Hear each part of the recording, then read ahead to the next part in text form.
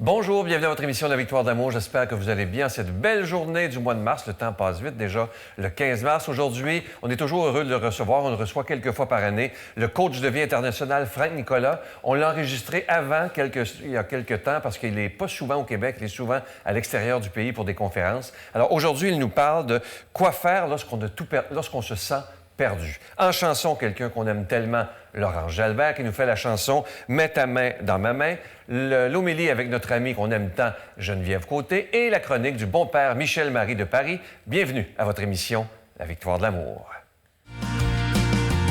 Si tu m'as donné ta vie, je te donne la mienne. Dans le froid de la nuit, mon cœur t'appartient.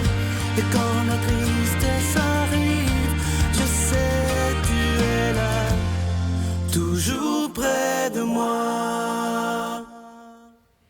Salut Frank, ça Salut va bien? Sylvain, ça va bien, merci. Aujourd'hui, un sujet qui est très d'actualité pour beaucoup de gens, c'est quoi faire quand on se sent perdu, quand on vit de l'anxiété, de l'angoisse, comme le petit ourson qui est là, qui a l'air tout seul, pauvre petit. Il est beau, il est beau, tout oui. cute, oui.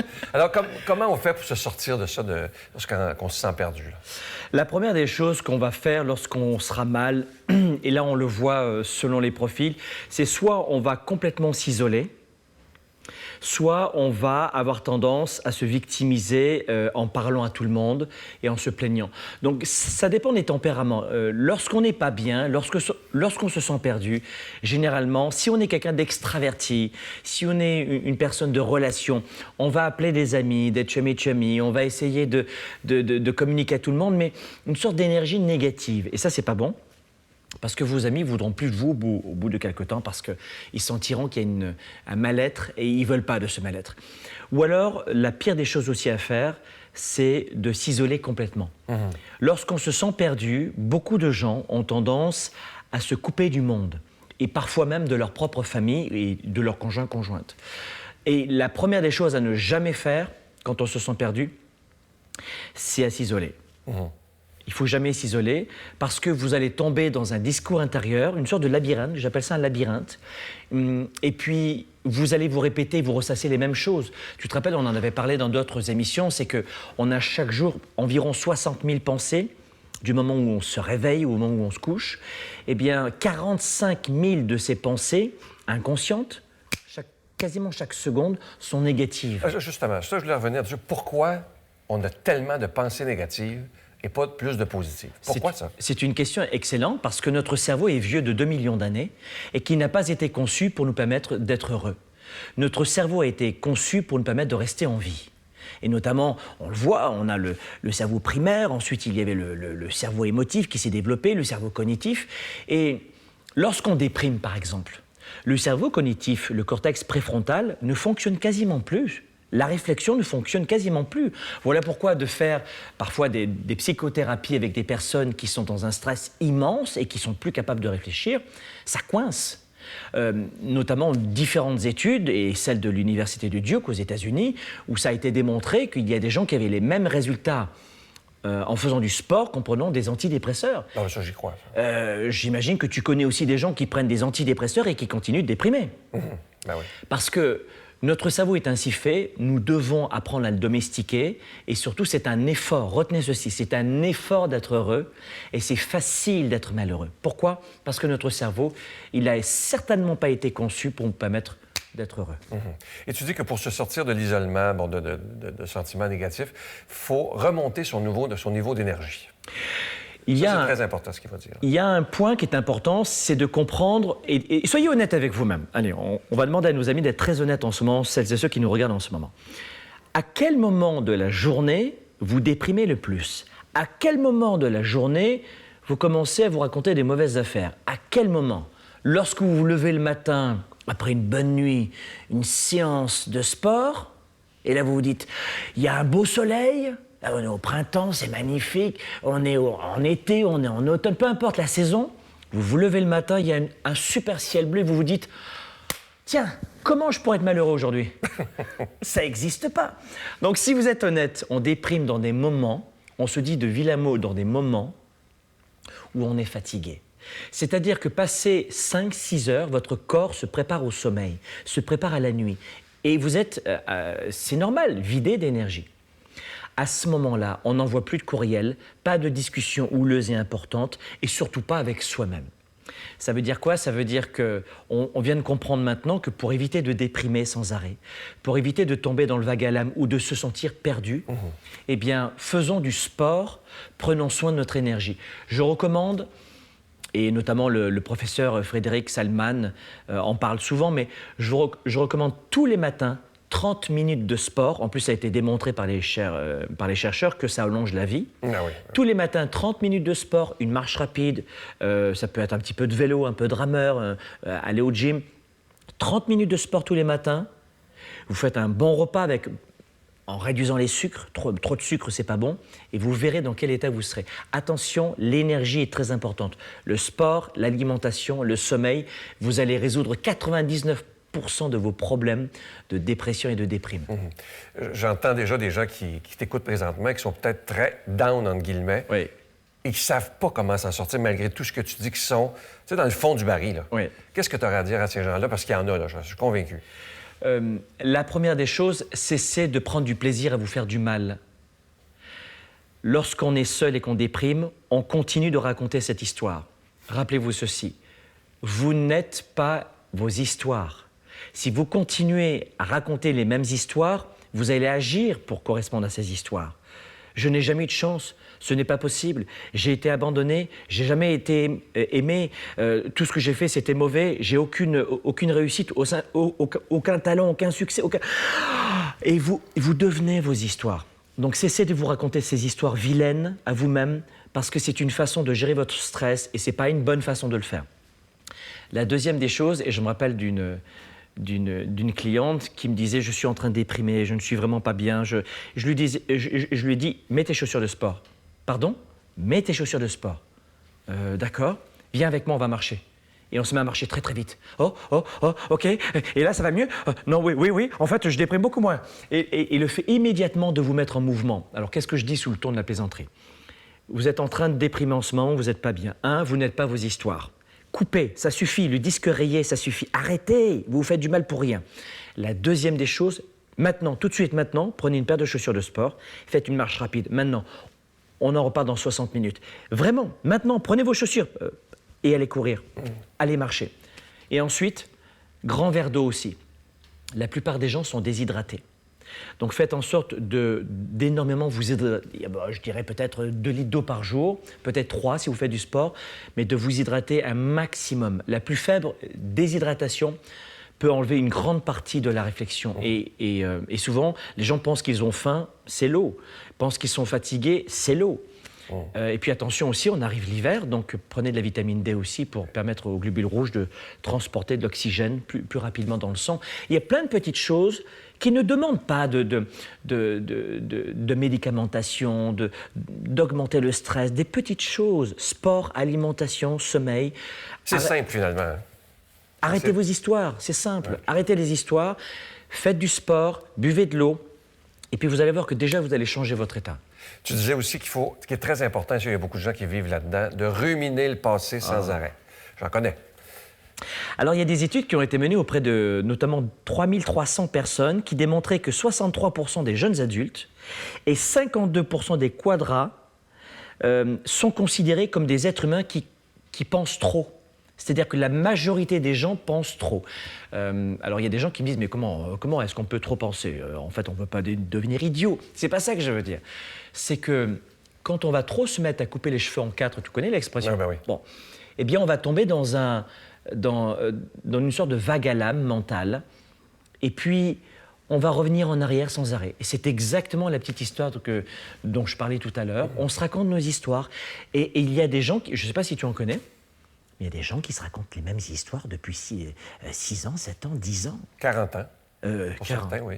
40 ans, t'en as connu. Et au final, ça leur apporte quoi? Ben, rien du tout. Donc, attention à ne pas ruminer sans arrêt le passé parce que vous êtes des gens intelligents. Alors, si je vous dis, est-ce que le passé est passé? Tu vas me dire, oui, Franck, tu as raison. Alors, pourquoi tu le fais? Et les gens vont vous dire, c'est plus fort que moi. Et il y a un moment donné où vous devez vous aussi mettre en pratique ce qu'on disait tout à l'heure comme astuce. Arrêtez de vous raconter des vilaines histoires. Mettez-vous en mouvement tout de suite, bougez le corps. D'ailleurs, moi, je suis quelqu'un qui bouge beaucoup. Bougez le corps, avec mes origines italiennes, bougez le corps et buvez de l'eau. Et vous allez voir qu'immédiatement, vous allez déjà casser le rythme du corps. Après, il y a des gens qui ont des pathologies, des névroses fortes, et que les psychothérapeutes, les psychiatres peuvent soigner très bien. Mais avant d'en arriver là, écoutez-moi bien, 99% des gens ne sont pas cassés, ne sont pas malades. Ils ont juste besoin de se connaître, d'apprendre à connaître leur corps, leur mental et leur cœur pour voir dans une autre direction. Tu ne penses pas aussi que quand des gens se sentent perdus, un peu tout mêlés, il n'y a pas une partie de... Comment je dirais ça? Il faudrait peut-être apprendre à se pardonner des erreurs qu'on a faites. Il y en a qui sont incapables de se pardonner et ils plongent. Je crois que dans les instants... C'est tellement vrai ce que tu dis. C'est tellement vrai que l'incapacité de se pardonner à soi, souvent pour des erreurs qu'on n'a pas commises, parce que c'est ça qui est terrible, c'est que les gens ne veulent pas se pardonner pour des erreurs qu'ils n'ont pas commises. Ils y sont pour rien, mais ils ne veulent pas se pardonner. Et je crois que tu as raison, c'est qu'on plonge immédiatement soi-même et ensuite son environnement, son entourage, si on ne se pardonne pas à soi-même. Et la pire des choses qu'on puisse faire, c'est de passer sa vie à accumuler les non-pardons. Et vous allez un petit peu comme quand on gravit une montagne, avoir un sac à dos qui va être de plus en plus lourd et ce sera impossible à gérer. Donc il est important, je crois, pour éviter de se sentir perdu, de se pardonner et de voir les choses en face de nous-mêmes. Quand vous êtes incapable de vous pardonner, ça en dit très long sur votre état. Ah oui? Absolument.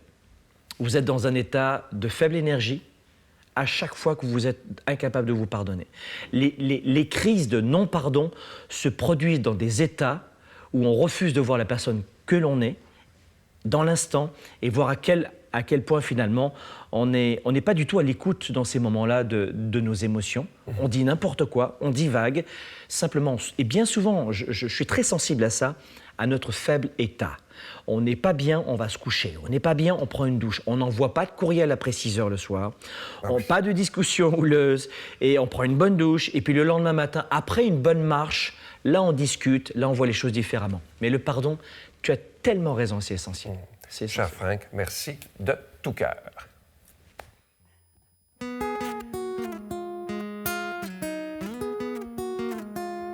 Mets ta main dans la main de celui qui tend la sienne. Mets ta main dans la main de celui qui dit bonjour. Il sera ton ami et le restera jusqu'à la fin des jours. La main que tu tiens dans ta main, c'est comme une poignée d'amour. C'est ce que disait mon père qui ne connaissait que la Bible et qu'il a chanté le soir à ses enfants d'une voix tranquille. Il disait remercie le ciel chaque fois que signe d'amitié vient jusqu'à toi. Il t'aidera à porter un peu plus loin ta lourde croix. Mets ta main dans la main de celui qui tend la sienne. Mets ta main dans la main de celui qui dit bonjour. Il sera ton ami et le restera jusqu'à la fin des jours. La main que tu tiens dans ta main, c'est comme une poignée d'amour. Grâce à mon père, j'ai appris le cantique des cantiques. La plus belle des chansons, le poème le plus pathétique. Mon père ne m'a laissé comme héritage que sa vieille Bible d'un sou. Mais je ne vous la vendrai pas pour tout l'or du Pérou. Oh! Mets ta main dans la main de celui qui tend la sienne. Mets ta main dans la main de celui qui dit bonjour.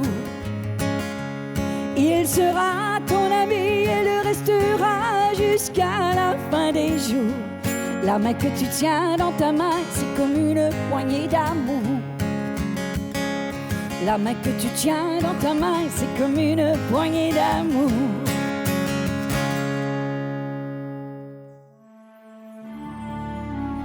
Mon Père, je m'abandonne à toi. Fais de moi ce qu'il te plaira. Quoi que tu fasses de moi, je te remercie. Je suis prête à tout, j'accepte tout, pourvu que ta volonté se fasse en moi, en toutes les créatures. Je ne désire rien d'autre, mon Dieu. Je remets mon âme entre tes mains. Je te la donne, mon Dieu, avec tout l'amour de mon cœur, parce que je t'aime, et que ce m'est un besoin d'amour de me donner, de me remettre entre tes mains, sans mesure, avec une infinie confiance, car tu es mon Père. Notre Père qui es aux cieux, que ton nom soit sanctifié, que ton règne vienne, que ta volonté soit faite sur la terre comme au ciel. Donne-nous aujourd'hui notre pain de ce jour. Pardonne-nous nos offenses comme nous pardonnons à ceux qui nous ont offensés. Ne nous laisse pas entrer en tentation, mais délivre-nous du mal, car c'est à toi qu'appartient le règne, la puissance et la gloire pour les siècles des siècles. Amen. Dans le cadre des festivités du 25e anniversaire de la Victoire de l'amour, nous vous invitons à un pèlerinage inoubliable en France, en compagnie du père Michel-Marie Brigitte Bédard, Miguel Padilla et la participation occasionnelle de Sylvain Charon. Nous visiterons Lourdes, Saint-Malo, Mont-Saint-Michel, Lisieux et Paris. Nous assisterons au spectacle musical Bernadette de Lourdes qui attire des foules du monde entier. Célébration eucharistique avec le père Michel-Marie, du 25 septembre au 6 octobre 2020. Information 1-877-277-4412. En compagnie du père Michel-Marie, Marcia Pilote, Sœur Angèle, Éloi Gillard, Stéphane Roy, Brigitte Bédard et Sylvain Charon. En chanson, Mélissa Bédard, Georgia Fumanti, Jessica Poulain et Miguel Padilla. Et un mini-spectacle de l'unique Natacha Saint-Pierre et Grégory Turpin. Les 6 et 7 juin 2020 à 13h et 19h à la salle Maurice-Aubry de Sherbrooke. À réserver rapidement au 514-523-4433 ou sans frais au 1-888-811-9291.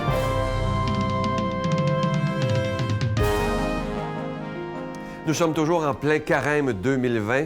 Je prends le temps de solliciter votre aide pour le ministère de la Victoire de l'amour. Vous savez que quand c'est le carême, il n'y a pas de cadeau du mois. Ce qu'on vous demande, c'est de donner tout à fait gratuitement en disant au Seigneur, moi, je veux être un protecteur de la foi. Vous savez comme moi, si vous regardez ce qui se passe dans notre société, que tout est fait pour que le message de Jésus soit oublié. Mais nous, on fait tout depuis plus de 25 ans maintenant avec vous, avec votre aide, pour que son message soit entendu, comme lui-même nous le demande dans l'Évangile lorsqu'il dit « Allez de par toutes les nations, annoncer la bonne nouvelle » et quoi de plus rapide pour annoncer la bonne nouvelle que la télévision et Internet. Alors, merci de tout cœur d'être des protecteurs de la foi par votre générosité. Je vous donne l'adresse. La Victoire de l'amour, case postale 120, succursale Boucherville à Boucherville, le J4B 5E6. Je vous la redonne. La Victoire de l'amour, case postale 120, succursale Boucherville à Boucherville, le J4B 5E6. Également par téléphone, par carte de crédit du lundi au vendredi de 8h30 à 16h30 dans le 514-523-4433,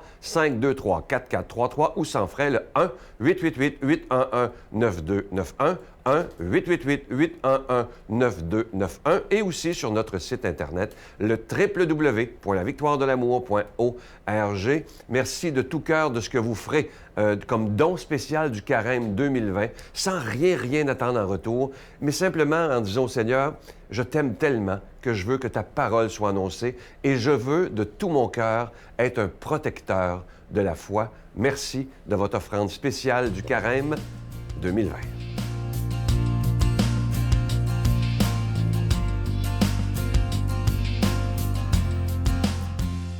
La question que vous posez est une question divine et je crains de ne pas pouvoir y répondre. Mais permettez-moi tout de même de dire 2 ou 3 petites choses. Voilà votre question. Pourquoi tant de personnes qui ont toute leur vie fait tant d'efforts pour bien se comporter finissent leur jour dans la déchéance physique ? À vrai dire, votre question me déchire le cœur en songeant aux millions de personnes qui, en effet, terminent leur vie dans un état végétatif, abandonnés de tous, sous prétexte qu'ils ne reconnaissent plus personne, après s'être pourtant donnés aux autres. Nous arrivons tous au monde, que voulez-vous, avec un capital santé plus ou moins résistant. Certains sont même déjà ordonnés au massacre, en raison de leur patrimoine génétique. C'est là une injustice flagrante, mais c'est ainsi, mais c'est la vie. Nous sommes aussi tous affrontés à un conditionnement humain qui joue souvent en notre défaveur. Ce conditionnement, nous ne parvenons pas encore à bien l'identifier, mais ce n'est pas la peine d'avoir un doctorat en médecine pour comprendre que les aliments que nous ingurgitons, souvent modifiés par l'homme, l'air pollué que nous respirons, pauvres poumons, surtout dans les grandes métropoles, tout cela joue contre nous.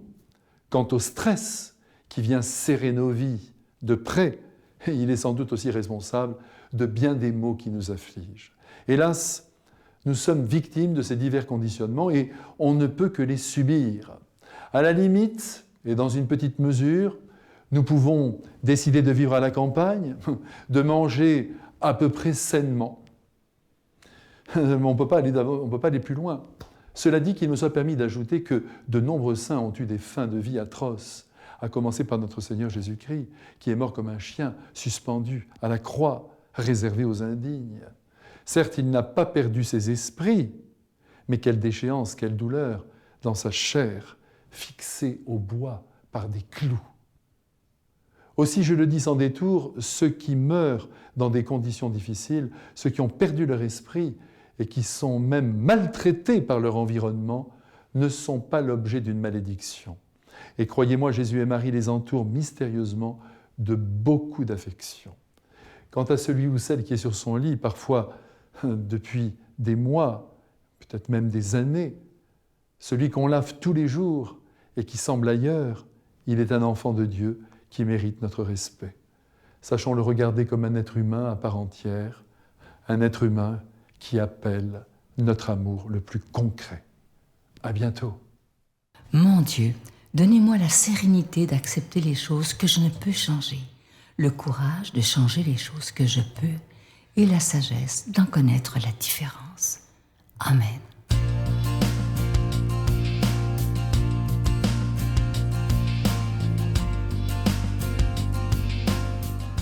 Jésus arrive dans une ville de Samarie appelée Sychar, près du terrain que Jacob avait donné à son fils Joseph. Là se trouvait le puits de Jacob. Jésus, fatigué par la route, s'était donc assis près de la source. C'était la sixième heure, environ midi. Arrive une femme de Samarie qui venait puiser de l'eau. Jésus lui dit « Donne-moi à boire ». En effet, ses disciples étaient partis à la ville pour acheter des provisions. La Samaritaine lui dit « Comment, toi, un Juif, tu me demandes à boire à moi, une femme samaritaine? » En effet, les Juifs ne fréquentent pas les Samaritains. Jésus lui répondit « Si tu savais le don de Dieu et qui est celui qui te dit « Donne-moi à boire », c'est toi qui lui aurais demandé et il t'aurait donné l'eau vive. » Elle lui dit « Seigneur, tu n'as rien pour puiser et le puits est profond. D'où as-tu donc cette eau vive? Serais-tu plus grand que notre père Jacob qui nous a donné ce puits et qui en a bu lui-même avec ses fils et ses bêtes? » Jésus lui répondit, « Quiconque boit de cette eau aura de nouveau soif, mais celui qui boira de l'eau que moi je lui donnerai n'aura plus jamais soif.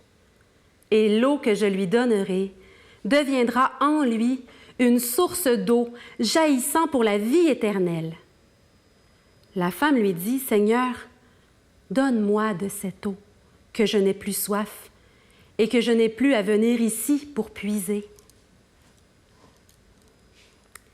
La femme lui dit, « Seigneur, je vois que tu es un prophète. Eh bien, nos pères ont adoré sur la montagne qui est là, et vous, les Juifs, vous dites que le lieu où il faut adorer est à Jérusalem. » Jésus lui dit, « Femme, crois-moi, l'heure vient où vous n'irez plus ni sur cette montagne ni à Jérusalem pour adorer le Père. Vous, vous adorez ce que vous ne connaissez pas. Nous, nous adorons ce que nous connaissons, car le salut vient des Juifs. Mais l'heure vient, et c'est maintenant, où les vrais adorateurs adoreront le Père en esprit et vérité. Tels sont les adorateurs que recherche le Père. Dieu est esprit, et ceux qui l'adorent, c'est en esprit et vérité qu'ils doivent l'adorer. » La femme lui dit, « Je sais qu'il vient le Messie, celui qu'on appelle Christ, mais quand il viendra, c'est lui qui nous fera connaître toutes choses. » Jésus lui dit, « Je le suis, moi qui te parle. » Beaucoup de Samaritains de cette ville crurent en Jésus à cause de la parole de la femme qui rendait ce témoignage. « Il m'a dit tout ce que j'ai fait. » Lorsqu'ils arrivèrent auprès de lui, ils l'invitèrent à demeurer chez eux. Il y demeura 2 jours. Ils furent encore plus nombreux à croire à cause de sa parole à lui. Et il disait à la femme, « Ce n'est plus à cause de ce que tu nous as dit que nous croyons. Nous-mêmes, nous l'avons entendu et nous savons que c'est vraiment lui, le Sauveur du monde. » Ouf, tout qu'un évangile, n'est-ce pas? L'évangile de la Samaritaine. Il est un peu long, puis en plus, c'est la version brève qu'on a lue. La Samaritaine, c'est pas qu'un récit biblique. Oui, c'est un très beau récit biblique et on a beaucoup à accueillir, à recevoir de Dieu par ce texte de la Bible. Mais la Samaritaine, là, je vous annonce peut-être quelque chose, mais la Samaritaine, c'est vous, c'est toi, c'est moi. Parce que la Samaritaine, elle a quelque chose d'universel. Elle a soif. Et tout le monde, on a cette soif. Cette soif de boire, on le sait, hein, sans eau, on ne peut pas vivre. On survit très brièvement sans eau. Jésus vient faire un plongeon à nos cœurs par ce texte pour nous montrer les vraies soifs. L'importance de l'eau, c'est juste une parabole de l'importance de l'eau vive que Jésus veut nous donner, son amour. Qui n'a pas soif de se savoir aimé, d'être reconnu pour ce qu'il est, d'être apprécié, d'être valorisé? Tout le monde, on aime ça. Quand quelqu'un pose un regard d'émerveillement sur nous, d'admiration même des fois, tout le monde, c'est universel. Cet amour, on en a tous soif, tout le monde. La bonne nouvelle en ce 3e dimanche du carême, dimanche de la joie, hein, dans ce temps de carême et de préparation à Pâques, c'est cette joie de se savoir aimer profondément. Je nous souhaite tellement à chacun d'aller dans cet espace-là en nous où on peut accueillir le regard de Dieu, adorer le Père qui nous aime comme son enfant. Un Père parfait, celui-là, hein? Dieu notre Père. Vous savez, la Samaritaine est allée au puits à midi. Il n'y a personne qui allait au puits à midi en plein soleil. Elle y allait parce que, bon, c'est une femme qui avait eu 5 maris, puis bon, elle ne voulait pas que personne la regarde. Et Jésus est là où on a besoin d'être aimé, tel que l'on est en vérité. Dieu a soif, lui, qui a dit « Donne-moi à boire », il a soif de nous aimer, qu'il nous bénisse en abondance, qu'il nous donne son amour, qui est l'eau vive, au nom du Père, du Fils et du Saint-Esprit. Amen.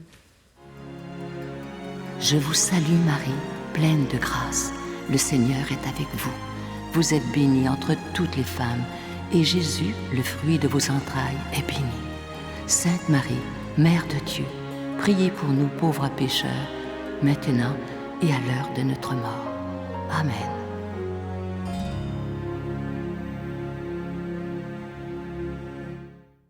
La victoire de l'amour remercie Plancher 440 et ses partenaires Beaulieu Canada. La référence en couvre-plancher. Et Impex, pour des projets mur à mur. Je vous rappelle que nous sommes toujours dans cette période du carême. Je vais prendre le temps de vous remercier de tout cœur de votre don spécial en ce carême 2020. Vous savez qu'il n'y a pas de cadeau du mois. C'est une façon de se dire, Seigneur, moi, je veux te donner afin que ta parole soit annoncée. Et vous savez, j'aime beaucoup cette expression que, en aidant la victoire de l'amour, entre autres, il y a d'autres ministères également, mais vous devenez des gardiens de la parole de Dieu, des gardiens de cette parole qui peut tellement changer nos vies. Et nous avons cette responsabilité comme baptisés de faire que la parole de Dieu soit annoncée. C'est le Seigneur qui nous dit « Allez de par toutes les nations annoncer la bonne nouvelle ». Quoi de plus puissant que la télévision et Internet pour annoncer ce message qui peut changer des vies, qui existe depuis plus de 2000 ans et qui a changé la vie de milliards de personnes. Alors merci d'être des gardiens de la foi. Merci de votre don spécial du carême, en n'attendant rien en retour. Simplement de dire « Seigneur, moi je veux t'aider dans ce ministère ». Et je vous rappelle que Saint Paul dit une phrase absolument magnifique. Dieu bénit celui qui donne dans la joie. Si vous ne le faites pas dans la joie, il est mieux de ne pas donner. Je vous souhaite une belle journée et je vous attends demain. Bye!